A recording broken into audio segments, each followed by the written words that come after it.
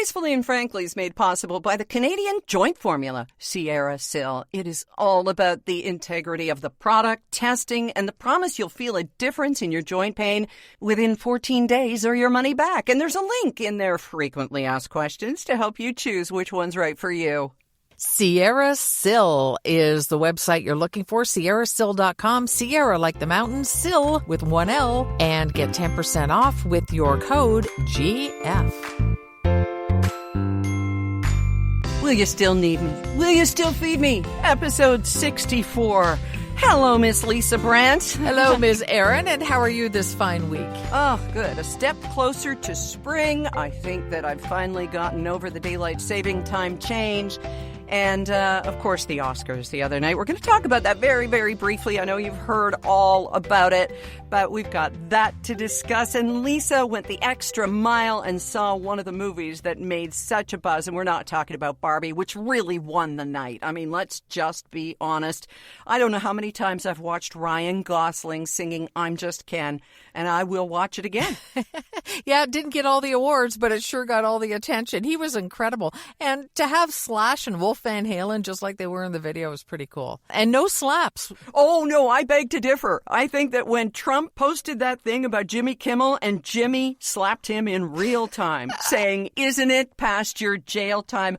We howled. I shouted when he said that. I mean, an MC dreams of a moment like that. Right. And he got it, and Trump served it up on a great big hamburger platter. So good, good. So there was a slap in a way. I guess so. We're going to talk about marketing to women over 50 and why we are an important segment that's being overlooked. Yes, introducing the word middlescence. Apparently, we're in it. We're going to talk about the danger zone of emojis. Who knew? Yes. But we will. And do you like to Hurkle Durkle? And before you jump to conclusions, there's no jumping involved. And we'll explain. All right. Can't wait. Oh, you got that text that I sent you this week from somebody who says you'll spend $250 on a pair of shoes, but your pillow looks like a tea bag. I laughed and laughed at that because who hasn't taken off a pillowcase in your house or somebody else's and seen this wreck, this dark brown mess on your pillow? It's time for a new one. Right. And they tell you to wash it, and then only black water comes out. Come on, don't even go there. You want to go to Envy Pillow and get a truly clean, not just clean, but it'll also fight off things like viruses and microbials and all those things you don't want on your face. Right. And it'll also help your neck and give you a better night's sleep, too. And it's a beautiful thing to behold. Now, we're not suggesting you get an Envy Pillow for your guests. You take it. Give them the good pillows, but keep your Envy Pillow. And if you don't want to keep your Envy Pillow, there's a guarantee too. So just go to their website, envypillow.com, and use the code GF to get 10% off.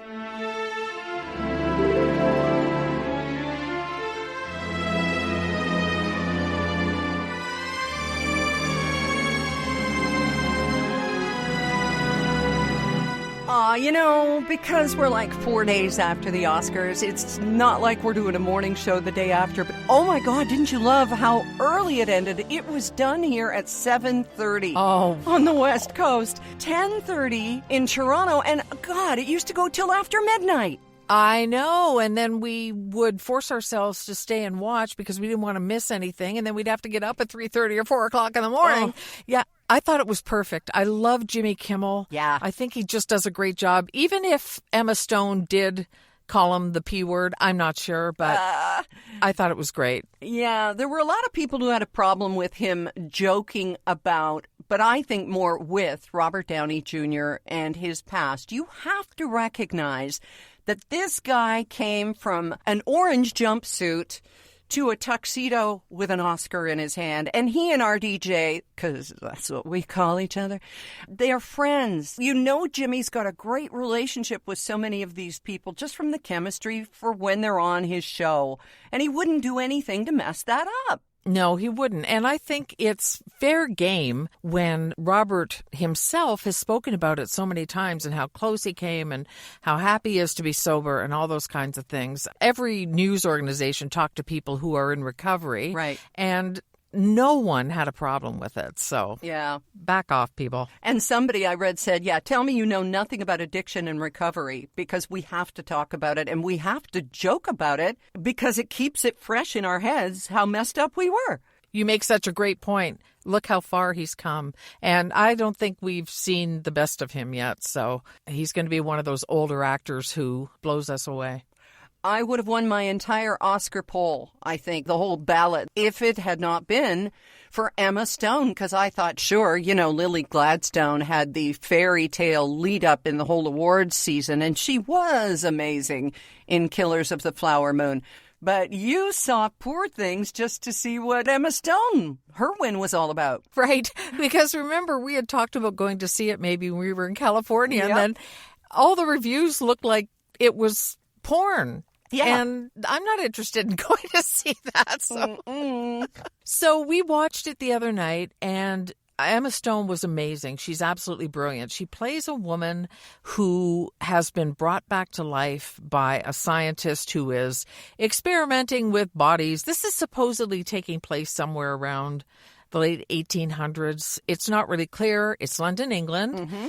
It's realistic, and then it's so colorful and come to life that it's fantasy as well. And the whole thing is a beautiful movie, and it's really well done, and the sets are incredible. The acting is incredible. So what happens is this woman starts off with a sort of an infantile behavior, and then she develops. She starts reading, she gets smarter, and she discovers sex. Ooh. And it's all about her growth and discovery, and her at a time when women are totally almost possessions. She takes charge of her own sexuality and her own life, and it's scandalous and all these other things. But the men in her life, except for one notable exception, come to accept it about her, basically. And she just is unapologetic about how she is and who she is. It's kind of cool in that way, but there's a lot of sex. Okay. So here's a bit of Emma Stone and Mark Ruffalo in Poor Things. Give you an idea of the relationship and how unsophisticated her character is.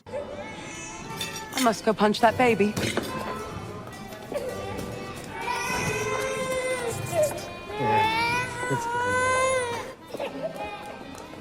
Your behavior is unconscionable. We behave. Food was cacking my throat, the baby annoying, and the woman boring with words. You will rejoin the table and you confine yourself to the following 3 phrases. How marvelous, delighted, and how do they make the pastry so crisp, yes? You are hurting, Bella. Sorry. Reason does not penetrate. Let us go. Are you enjoying Lisbon, Bella? Delighted. Kitty, how is your dear father? He's very unwell. I fear he will not see the year out. How marvelous. How do they get the pastry so crisp? So do not take your pearls to clutch. Just expect what's going to be coming. Or watch it at home. You watched it at home with Derek. Derek, like Mikey and the cereal, doesn't like anything. Well, things that I love. But Right. What did he think? He loved it, and it had nothing to do with the sex part. He loved the look of it. He loved the accents. He loved the acting. He thought the story was great. He loved how it ended, which I won't tell you. He really enjoyed it. All right. So I wonder if I should see it. What do you say to our listeners if everybody's like you and me? If everybody's like you and me, I think you can get by just fine without seeing it. Okay. I really wanted to see this Oscar-winning performance that beat Lily Gladstone and all the others, and that's what I was looking for. So make sure there are no kids in the room if you're watching it at home, because it will be awkward if nothing else. And incredible performances. Would my life be worse if I hadn't seen it? No. So I don't give it a wholehearted, yeah, you got to see this Okay. movie.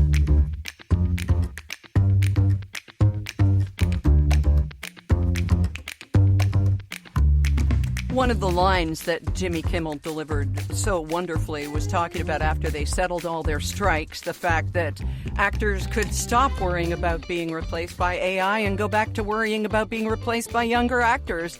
And there was a kind of a subdued reaction to that because I think he hit pretty close to home. But so does this article that I found the other day, and I sent it to you, and I got, oh my God, we've got to talk about this. And it's facts about middle-aged women. Let's call us middle-aged and pretend we're going to live to 120, Lisa. Okay. That retailers should know. Women make most of the household purchasing decisions. Okay, do you believe that? Is that true?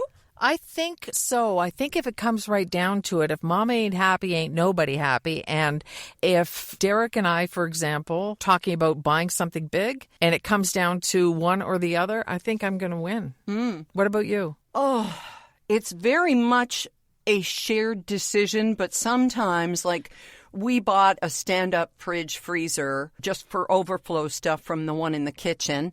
And I just left it up to Rob because he will look at the square footage or meterage or inchage or whatever the heck it is. Right. And does it fit in the spot that we have and all that kind of stuff. If it was something for the kitchen, like drawer pulls or appliances or stuff like that, I would have a say. So, yeah, it's really a shared decision. And we play off each other's strengths, as I'm sure you do too. Yeah, it's very much shared here, too. I just think I would win if there was a wrestling contest or something. I'm sure car dealers would love to see that. And there are still some car dealerships where they only talk to the man. We have been in that situation like maybe 10 years ago where the guy specifically talked to Rob and he would say, she's the one with the money. You should be talking to her. And that's because, you know, he's secure in his masculinity. And he doesn't care. And he's, you know, he was Alan Alda before his time in terms of being a feminist. But yeah, there are so many retailers now who are missing the boat when it comes not to talking to women, but especially not talking to women over 50. These are U.S. numbers because they're from Forbes. But as the writer says, you would think $15 trillion would be enough to buy a well-targeted promotion from a major retailer because that's representing the combined spending power of women older than 50, according to Forbes. And that represents a quarter of all consumer spending. So you'd think that when you and I walk into a store, they'd be rolling out the red carpet, unless we're looking for carpet. You know, red carpet, I don't know about that. We are, Lisa, super consumers. So put on your cape, put on your mask. We're super consumers. But most of us, or many of us, feel invisible because of the marketing. Do you find this? I do. The marketing, 9 times out of 10, Derek will say, for example, oh, that commercial, whatever, it's so annoying, or however, it's not speaking to us. And I'll say they're not targeting us. Mm-hmm. Nobody's targeting us right now. Mm-hmm. Nobody's targeting women who aren't 35 or whatever. And a lot of times, these marketing people could be our kids. They're not marketing to us. Only 5 to 10% of marketing budgets are earmarked for the consumer who's over 50 years old. So like 9 out of 10 of us feel ignored and misunderstood by marketers. According to research by, and you're going to hate the name of this after last week's conversation, Girl Power Marketing. Well, it's always been society is geared toward the young. And even when I was young, I remember thinking, this doesn't make any sense. We don't know anything. We don't own anything yet. We don't have any money. Yeah, so why come after us when hopefully when you're a little older, you've accumulated something or have something of value and certainly have your taste figured out? I've never understood it. Well, some research into that, our own experience coming from radio where the targets were 25 to 54 or 18 to 34. Everybody wants the woman 18 to 34. And kudos to CHFI. They're ruling in that category in the latest book. So they're doing really well there. But why not extend that to 65 or 64 instead of 54? Because, again, we're talking about the people who hopefully have paid off their mortgages, who no longer have student debt, who have sort of settled down and have the money to spend on kids and grandkids. I can't tell you how many grandparents have been on cruises and stuff that we've been on, taking their grandkids because their parents are simply trying to make ends meet. So we are probably preaching to the converted here. Yeah, but you want somebody to tell all their friends about something, get somebody who's over 50. because they will sing your praises on Facebook or whatever, right? And I think it's because it happens so rarely. Yeah, it's true. So the things that they want people marketing or retailers to remember about us are: she's more than a figure. She's likely to be 6 figures. Women 50 and older have capital and represent the largest demographic with incomes higher than $100,000. Here's another one. She's growing and changing, moving into a period called midolescence, which they say is a second period of adolescence that can last until 60. That's great. You're out of menopause, you got the hormone changes, and so you can have unexpected purchases. Okay, like sexual wellness kits, those vibrators for arthritis that Grace and Frankie had. Right. Yes, okay. Here's another one. She uses her money. We use our money to fulfill a purpose. That means investing in brands that align with our personal values. You've done that with companies in third world countries that help other women, right? Yeah, one year Derek gave me some money earmarked for Kiva, which is microloans for people in other countries. And I always fund women. Why not, right? Derek funds farmers. You just pick who you want. Exactly. Also, we're willing to see someone else. Middle-aged women are experienced consumers, so they know it's a risk to try something new, but we're willing to take that chance. And we're doing it for ourselves. Adult kids might ask to co-sign a mortgage. Parents might need help aging up their homes, like getting bars and maybe ramps and that sort of thing. But we're the ones, 2/3 of 50-plus women control decisions about home improvements. That's why Lowe's, for example, markets to women, because they learned years ago, women, we spend 50% more than their male shoppers. Wow. Now, how to get the 20 and 30-somethings who are working their jobs in the marketing companies to see us as anything but Voltaren cream consumers? That's the challenge. They're missing the boat. And we would like to be on the boat in one of the better suites with our grandkids. So there.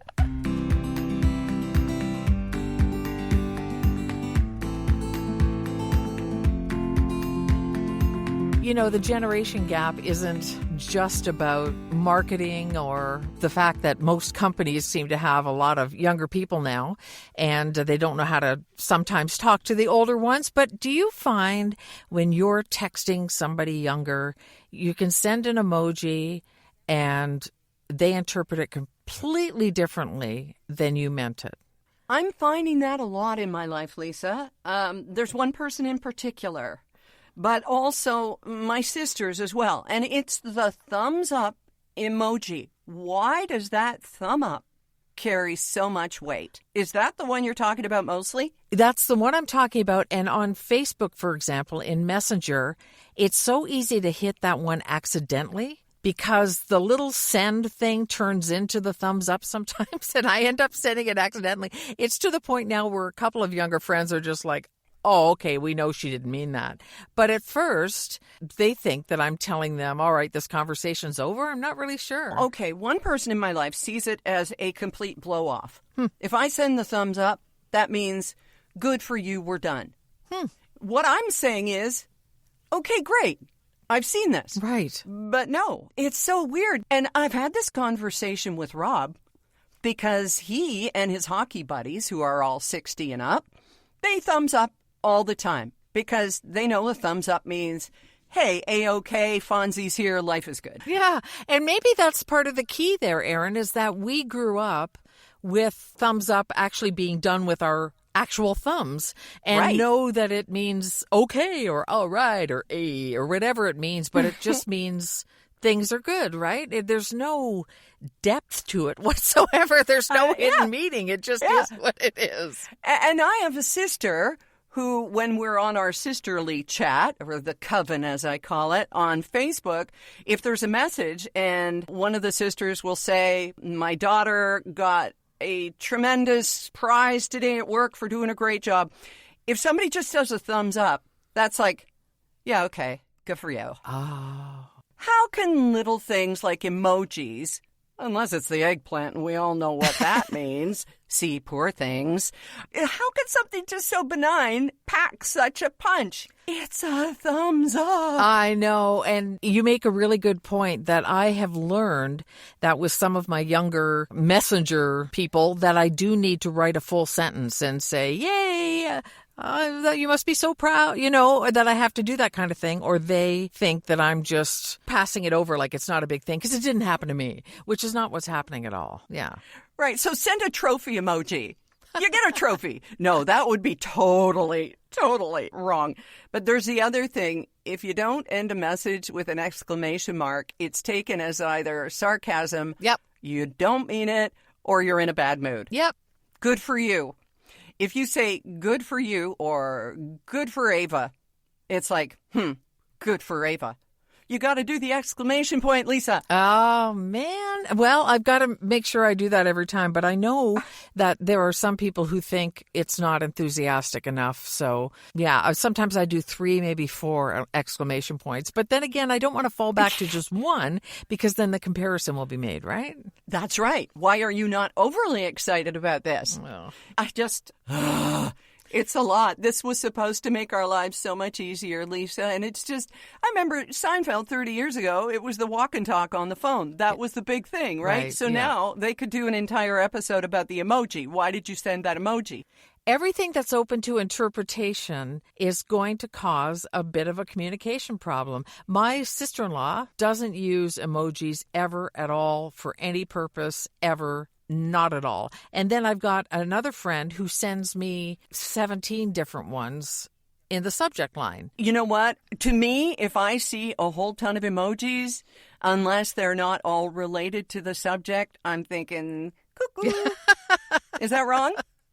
But she thinks she's being friendly, and I don't know. It's open to interpretation. So I know both of these people, and I know because I never get a happy face from one. It doesn't mean she's not happy because I will get an exclamation point. And the other one is just trying to be warm and friendly by sending lots of flowers and maybe a pony and a cat and whatever else.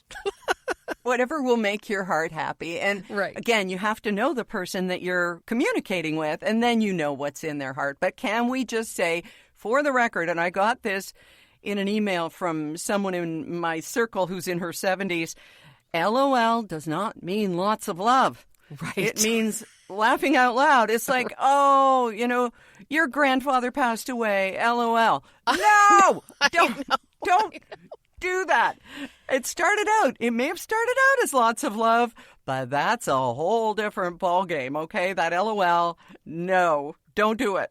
Unless you're laughing. That's right. And don't say it like that bit from Curb Your Enthusiasm. LOL, Larry, LOL. Yeah.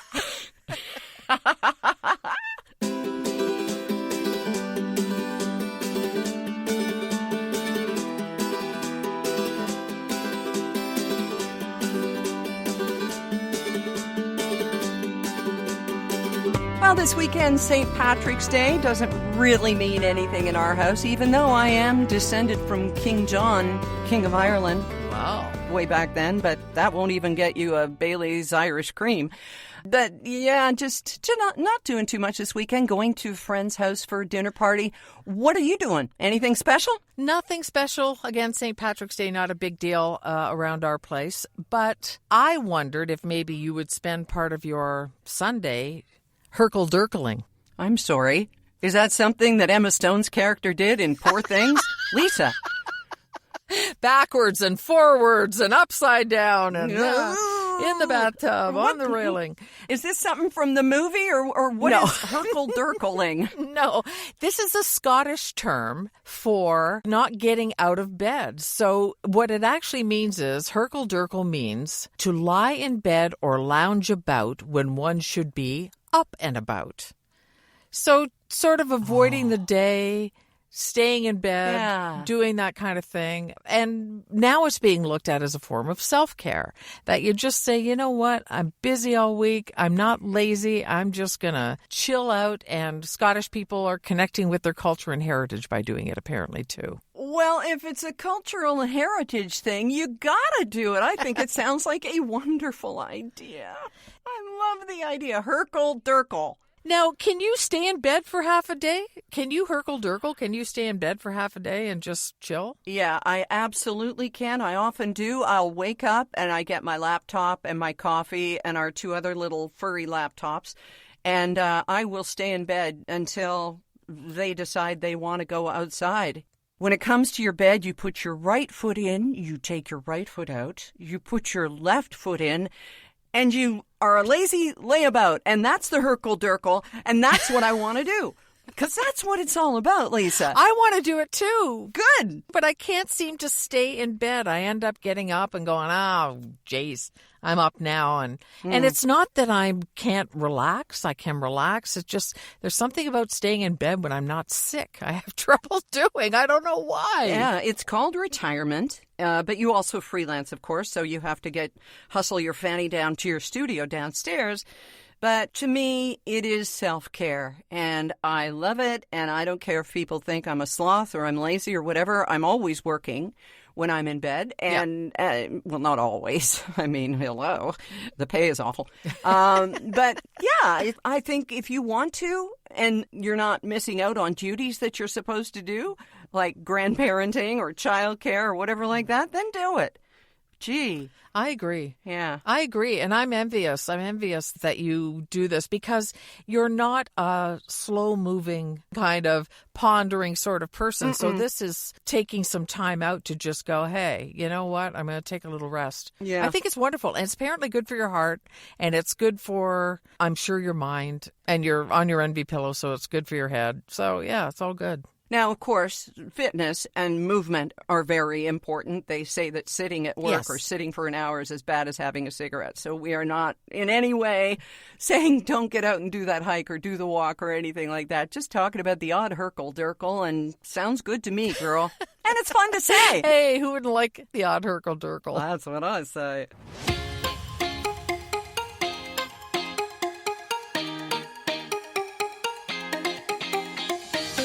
Last show of the winter, my darling. We've made it through winter. Spring arrives on Tuesday, so you have a wonderful weekend, whatever it is that you're doing. And thank you so much to NB Pillow and Sierra Sil for making episode 64 possible. And we'll be back next week. I'm Erin Davis. I'm Lisa Brandt. Have a lovely Pi Day if you're listening to this on the day it drops. Oh, yeah. And have some for me, will you? Yeah.